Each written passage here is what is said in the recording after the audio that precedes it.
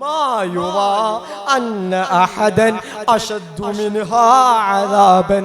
നരകത്തിൽ ഒരാളെയും, നരകത്തിൽ ഒരൊറ്റ വ്യക്തിയെ പോലും നമുക്ക് കണ്ടാൽ തോന്നുക എന്താണെന്നറിയോ? വിശ്വാസിയെ, നമുക്ക് തോന്നും ഇവനാണ് നരകത്തിലെ ഏറ്റവും വലിയ ശിക്ഷ അനുഭവിക്കുന്നവനെന്ന് തോന്നും.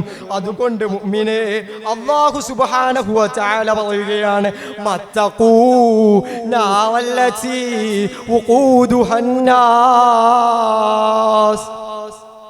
മുഅ്മിനീങ്ങളെ, ആരാണ് നരകത്തിലെ ഏറ്റവും കുറഞ്ഞ ശിക്ഷ അനുഭവിക്കുന്നത്?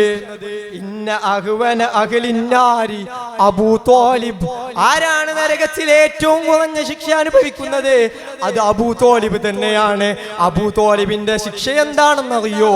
അതാ അബൂ ത്വാലിബിന്റെ ശിക്ഷ എന്നുള്ളത് 2 തീനാലുള്ള 2 ചെരുപ്പുകളാണ്.